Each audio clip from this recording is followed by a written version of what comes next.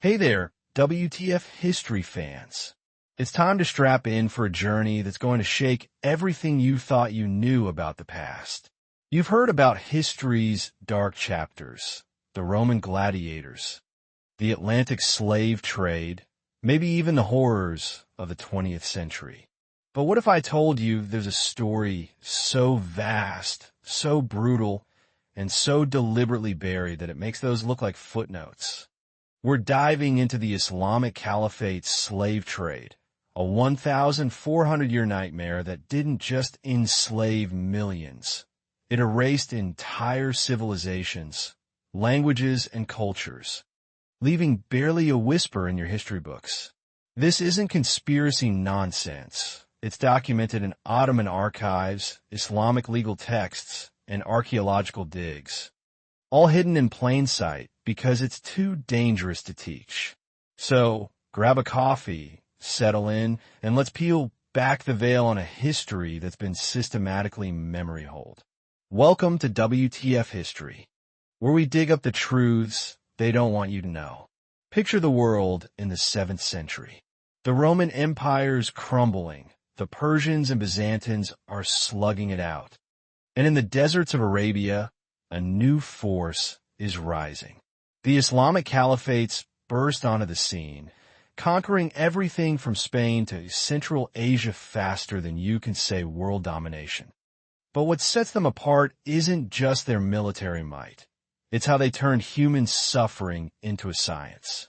Forget gold mines or spice routes. Their real wealth came from a system of exploitation so calculated it makes modern corporations look like they're playing checkers. This wasn't about chaining people to plow fields. This was about turning human beings into inventory, breaking their spirits, and profiting off their misery for 14 centuries. Yeah, you heard that right, 1,400 years. From the 600s to the 20th century, when people were landing on the moon and rocking out to the Beatles. You're probably thinking, hold up, I know about slavery. I've seen Roots. I've read about the Middle Passage. And that's real. The Atlantic slave trade forcibly transported 12 million Africans over 400 years, a horror we rightly remember. But here's where your jaw is going to drop. The Islamic slave trade enslaved 11 to 17 million Africans, and that's the low-end estimate. Most didn't survive the journey, and those who did, their descendants were wiped out, castrated, worked to death, or absorbed into systems that left no trace. Unlike the Atlantic trade, which left 42 million descendants in the Americas who built jazz, hip-hop, and vibrant cultures, this system was designed to leave nothing. No communities, no legacies, no one to tell the story. It's a genocide so thorough it erased its own memory. Now, you're probably wondering, why haven't I heard this before? That's the million-dollar question. The evidence is overwhelming. Ottoman records in Istanbul, legal texts in Cairo, mass graves uncovered by archaeologists, even reports from European diplomats. It's all there, sitting in dusty archives, waiting for anyone brave enough to look. But this history is radioactive. Scholars who touch it lose funding, get death threats, or watch their careers implode. Universities won't teach it, documentaries get shelved, and the UN dodges it like it's a live grenade. Why? Oil money, political alliances, and academic cowardice. Since 1995, Gulf states like Saudi Arabia have poured over $10 billion into Western universities, with strings attached, strings that quietly steer curricula away from sensitive topics. But we're not here to play nice with the censors. We're here to dig up the truth, no matter how ugly. Let's start with a practice so gut-wrenching it'll make you hug your kids a little tighter tonight. Imagine you're a parent in a Christian village in the Balkans, 15th century. Life's hard. You're farming rocky soil, praying for a good harvest, holding your family close. Then, one day, the church bells ring, but it's not for Sunday service. It's a warning. Ottoman officials ride into town with armed soldiers, and every parent's heart stops. They're here for your children. Not your crops, not your gold, your kids. Boys aged 8 to 18 are dragged from their homes, lined up in the village square like livestock at an auction. Officials walk the line, checking teeth, measuring height, testing reflexes. They're not just grabbing kids, they're picking the best, healthiest, strongest, smartest. This isn't random cruelty, it's a science, spelled out in bureaucratic manuals like some dystopian employee handbook. One mother, recorded in Ottoman archives, fell to her knees, offering her house, her animals, everything. The official laughed and said her son was worth more than her entire village. Another father tried bribing them with gold he'd hidden for 20 years. When that failed, he fought back with his bare hands. They beat him unconscious in front of his son, who watched his father's blood pool in the dirt, knowing he'd never see him again. This wasn't a one-time tragedy. This was policy repeated across thousands of villages for 600 years.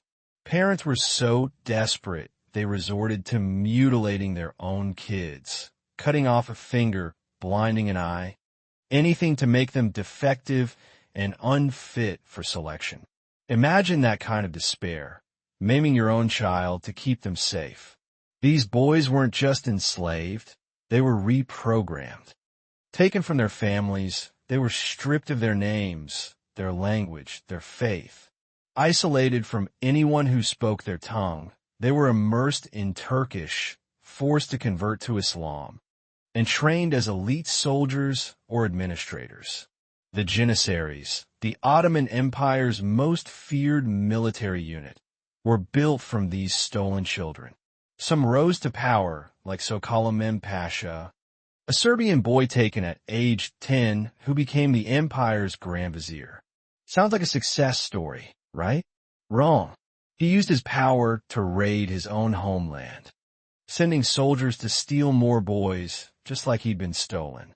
His gift to his hometown, a bridge on the Dina, made it easier for Ottoman armies to invade.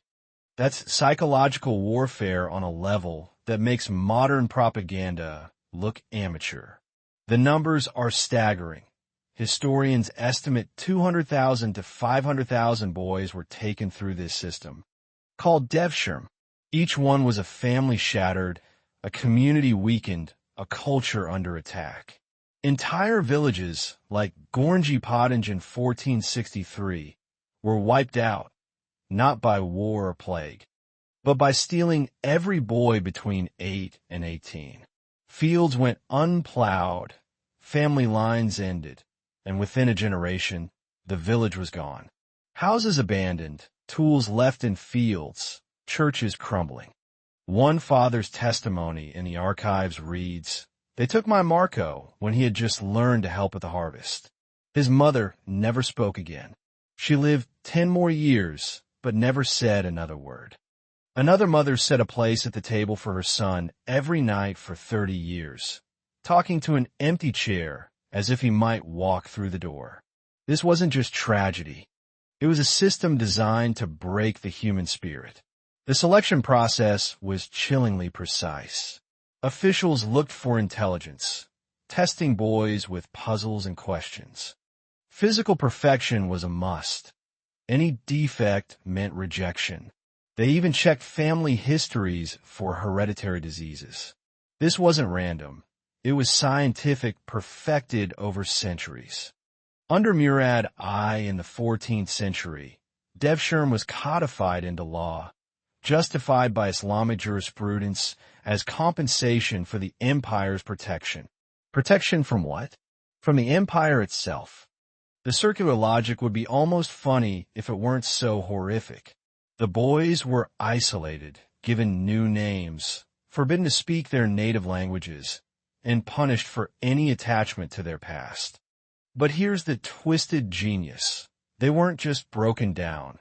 They were built up into elite warriors and administrators, loyal to the empire that stole them. Modern parents worry about TikTok's influence. These parents watch their kids become weapons against their own people. The psychological complexity is staggering. Take Sokolem Mehmed Pasha again. Born Sakalovic to a Serbian family, taken at 10, he rose to the second most powerful man in the Ottoman Empire. And what did he do? He ordered military campaigns against his own homeland, raiding villages like his own, stealing boys like he'd been stolen. His bridge on the Dina, celebrated by some as a nod to his roots, was a tool of conquest, letting Ottoman armies invade Serbia more easily. Imagine being so reprogrammed that you'd wage war on your own people. Some parents, knowing this fate, broke their sons' bones to make them unfit for selection. Better a maimed child at home than a perfect one stolen forever. The Ottoman records, meticulous as ever, document these horrors with cold indifference, as if stealing children was just another day at the office. This system didn't just destroy families, it gutted entire communities. Villages couldn't survive without young men to work the fields or carry on family lines. Archaeological evidence shows sudden depopulation, houses left with possessions inside, churches abandoned, entire cultures erased. The scale is hard to grasp. 500,000 boys, each one a ripple effect of devastation. And yet, this was just the beginning. The Caliphates didn't stop at stealing children. They turned human suffering into an industry, and what they did next makes Devshirme look almost humane by comparison. If you thought stealing kids was the worst of it, brace yourself. They built an industrial-scale machine of human mutilation that operated for over a millennium. We're talking about castration, not as a rare punishment, but as a business model with a 90% mortality rate. Picture the Aswan Operations Center in Egypt, a medieval equivalent of an Amazon warehouse, except instead of shipping packages, they were processing 3,000 to 5,000 boys and young men every year. This wasn't some back alley operation. It was a facility with detailed records, like spreadsheets of suffering, calculating profit margins on dead children. Boys aged 7 to 25 were subjected to procedures so crude they belonged in a blacksmith shop, not a hospital. The goal? Create eunuchs, men who couldn't reproduce, couldn't form families, and were utterly dependent on their masters. Why eunuchs? They were valuable.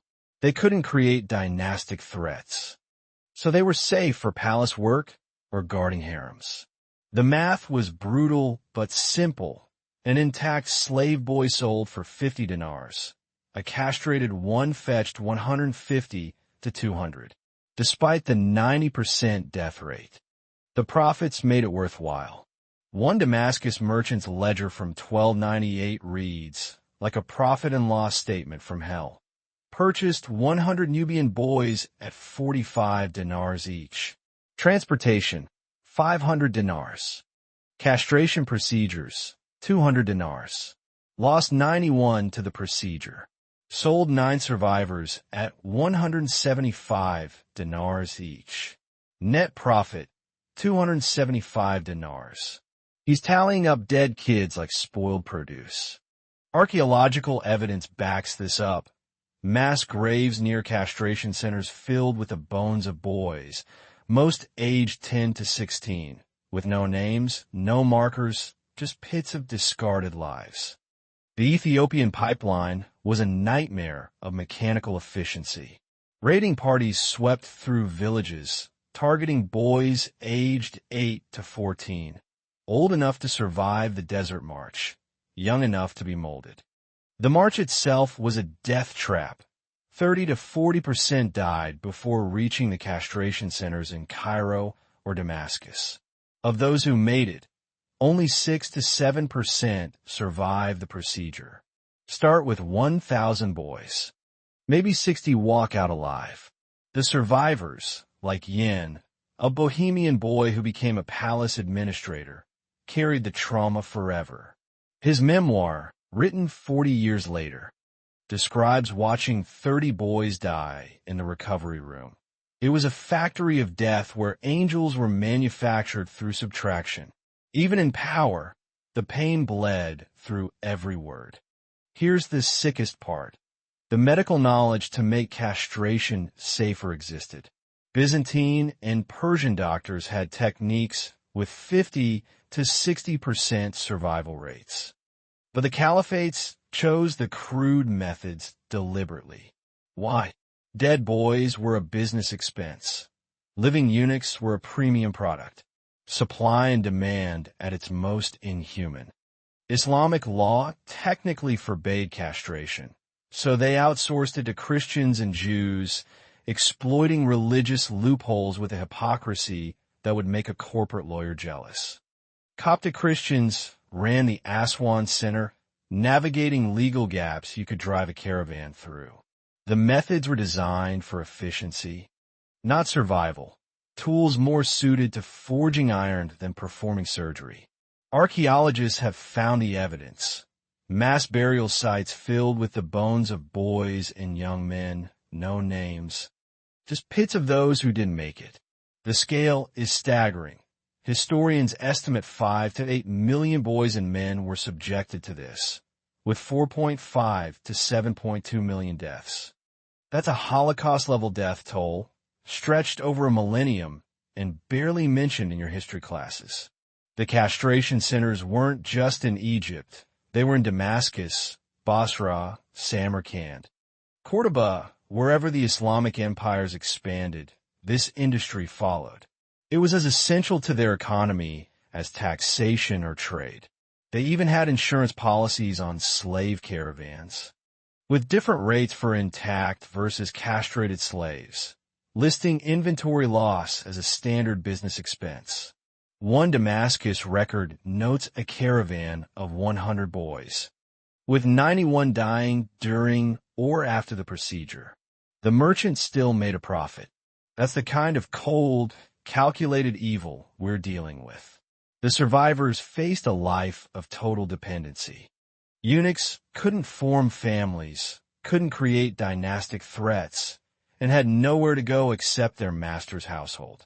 They were safe around women, making them valuable for harem supervision. But that safety came at the cost of their humanity. The demand was insatiable. Palaces, harems, even mosques employed eunuchs.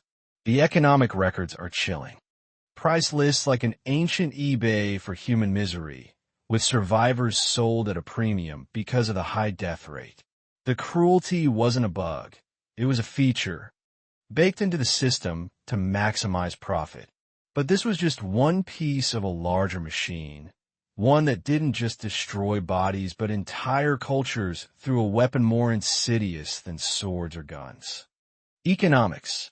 If you're still reeling from the castration industry, hold on to your hats. Because the caliphates took things to another level with a weapon so subtle, yet devastating, it makes military conquest look clumsy.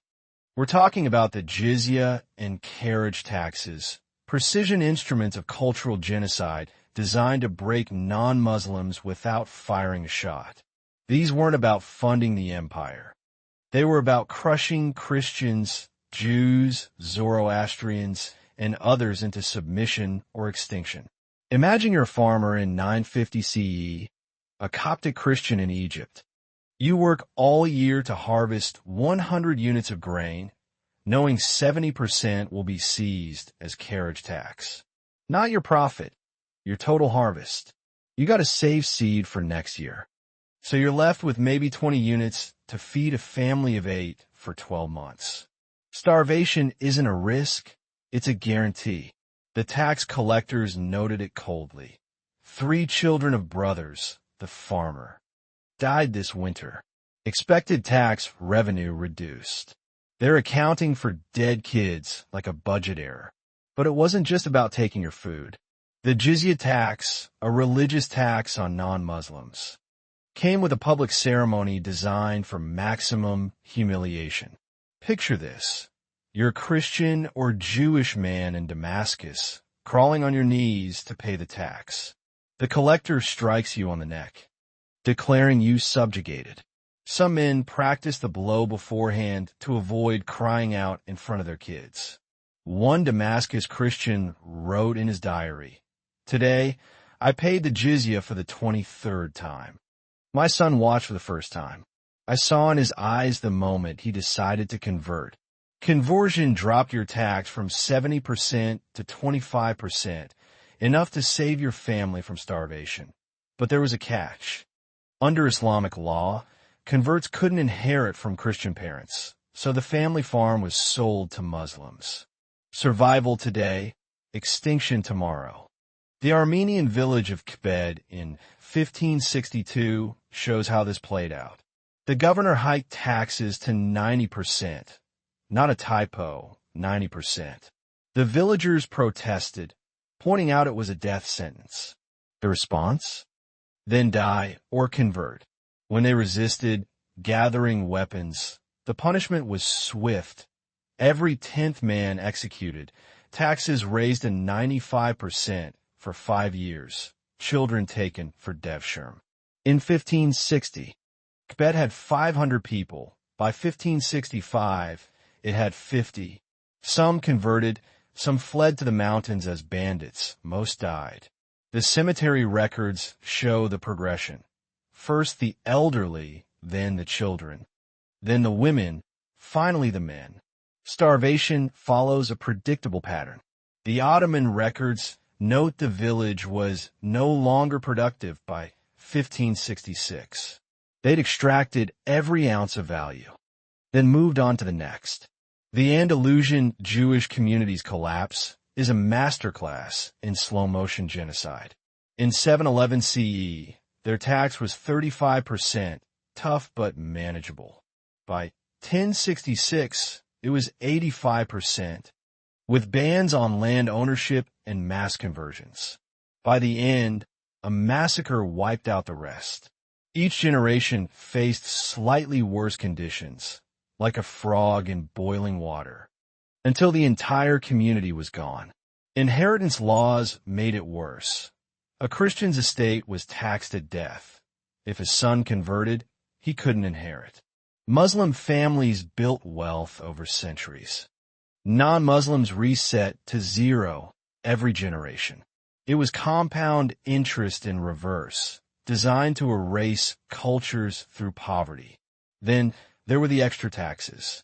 Military exemption tax to avoid fighting against your own people, road tax to travel, market tax to sell goods, even a tax to fix your own church. It was death by 1,000 cuts, each one calculated to bleed you slowly. Dead people don't pay taxes. Desperate people do anything to survive. The eldest son of that Coptic family, facing starvation, converted to Islam, saving his siblings but losing the family land. The system wasn't collecting revenue. It was purchasing conversions, breaking spirits in front of the next generation. Modern tax protesters lose at over 30% rates. These people faced 80% taxation plus ritual humiliation. The mathematical certainty of poverty wasn't a side effect. It was the goal, paving the way for something even darker, the complete erasure of entire civilizations. The Caliphates didn't just want your labor or your kids. They wanted your entire civilization deleted, like highlighting text and hitting backspace. We're not talking natural disasters or mysterious vanishings like Atlantis or the Maya. This was deliberate, systematic annihilation, languages, religions. Cultures wiped out so thoroughly most people don't even know they existed. Take Zoroastrianism, once a dominant religion across Persia, with millions of followers from India to the Mediterranean. Its sacred fire temples, burning for over a millennium, were more than churches. They were libraries, schools, community centers. After the Arab conquest in the 7th century, these temples were targeted first. The fires, tended for 50 generations, were extinguished ritually, with priests forced to watch. Then came the ultimatum, convert or die. In 1 decade, 40,000 Zoroastrian priests were killed, not soldiers, clergy. Imagine every priest, rabbi, and imam in America executed. That's the scale. Their holy book, the Avesta, existed in millions of copies. Today we have fragments, pieced together by modern Zoroastrians like a shattered Bible. Temples were converted to mosques or demolished, their stones used to build new ones. Survivors fled to India as Parsis, reduced from millions to thousands, carrying their civilization in hidden texts and fading memories. Today, there are fewer Zoroastrians worldwide than people in a small city. A religion that shaped Persia for over a millennium, reduced to an endangered minority. That's not evolution, that's extermination. In northern India, Mahmud of Ghazni turned temple destruction into an industry. Between 1000 and 1027 CE, his armies destroyed 50,000 temples, not in battle but methodically. His own historians, writing to glorify him, documented it like Nazi record keepers.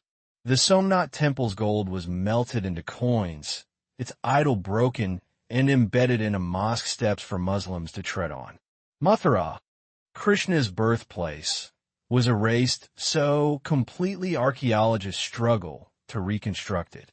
A Hindu priest's inscription, buried under rubble, reads, "The screams of stone as our gods die echo in my ears. Tomorrow this city of temples will be a memory." The Thanesar massacre killed 200,000, with thousands of manuscripts and scholars destroyed, ending a centuries-old tradition of knowledge in days. The Coptic language, descendant of ancient Egyptian hieroglyphs, was killed off methodically. Arabic became mandatory in government, trade, and public spaces. Speaking Coptic became suspicious, then dangerous, then illegal. It retreated to homes and churches, then to prayers, then to nothing. The last native speaker died in the 17th century, taking a 5,000-year linguistic tradition with her. Modern Copts use it in church like Latin, but the poetry, jokes, and lullabies are gone. Nalanda University, the ancient world's Oxford, burned for 6 months in 1193 CE, with 9 million books and countless monks lost. Buddhist civilization in Central Asia vanished, leaving only ruins like the Burmese Buddhas. Afghanistan was Buddhist for 1,000 years. Today it's gone. Some fled, some converted, most died. This wasn't collateral damage. It was policy, setting the stage for the final, darkest chapter. Everything we've covered, child theft, castration, economic warfare, cultural genocide, had some twisted logic, soldiers, administrators, revenue. But what they did to women was pure, systematic dehumanization on an industrial scale. The Ottoman harem alone held 1.5 million women over centuries, and that's just one empire. The Crimean port of Kaffa trafficked 20,000 women annually, 55 a day, sorted by age, ethnicity, and appearance. Ottoman records list girls as young as 12, with peak value at 14 to 16. Slavic women fetched high prices. Africans were cheapest. These weren't concubines with status. This was systematic rape as state policy, regulated by law, documented in purchase orders. Received 12 Circassian girls, ages 13 to 16, good health, intact. Suicide was rampant, murder by rivals common, and children of slave women were often killed or enslaved. Families were so desperate they mutilated their daughters' faces to protect them. A Circassian folk song laments, "My daughter, forgive the knife in my hand. The scar I give you is a mother's love." Entire villages held ceremonies to scar girls, because a scarred face was better than what awaited pretty ones. The Circassian trade was so intense it became synonymous with sexual slavery. Their beauty a curse that destroyed their civilization.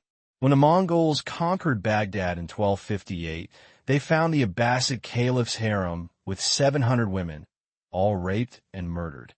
Their mass graves showing signs of violent death. Conservative estimates suggest 10 to 15 million women were trafficked for sexual slavery over 14 centuries, with no descendants to remember them. The legal framework was explicit.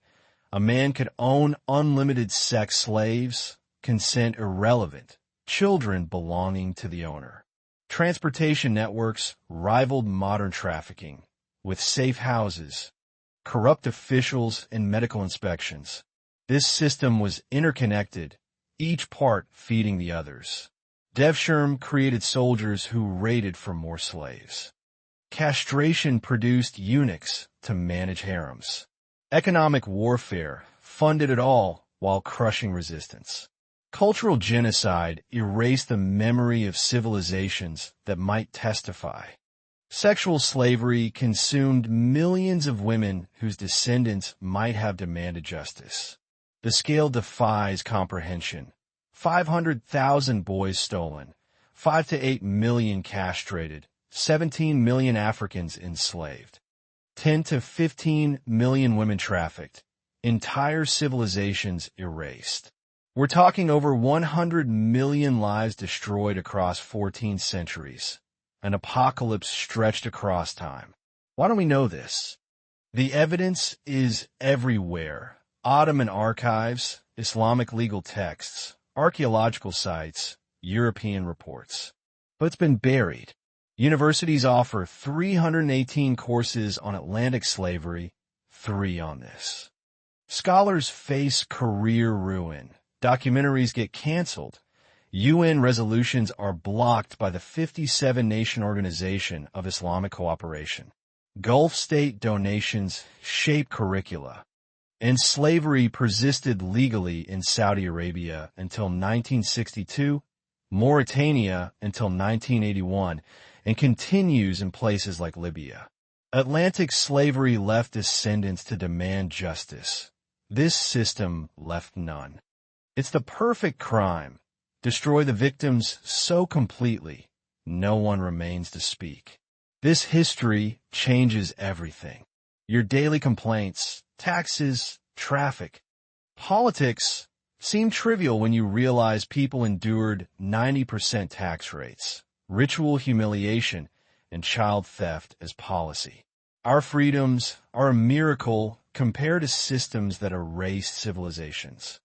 The Caliphate's machine operated for 1,400 years, killing over 100 million, dwarfing every atrocity you know. It was patient, calculated, sustainable. The Nazis lasted 12 years. This lasted a millennium. The power structures behind it still shape narratives, sitting in UN councils, burying truth. What do you do with this knowledge? Share it.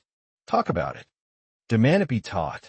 The 17 million enslaved Africans, the 10 to 15 million women, the erased civilizations. They have no descendants to remember them. You're their voice now. History isn't what you were taught. It's what they couldn't bury. So WTF History fans, what shocked you most? The kids turned into weapons? The 90% death rates treated as business as usual? The taxes that starve cultures? The women erased from existence? Or the fact that this has been hidden from you your whole life? Drop it in the comments, share this video, and subscribe for more truths they don't want you to know. Because if we don't learn from this, we're not just doomed to repeat it. We're doomed to never know it happened at all.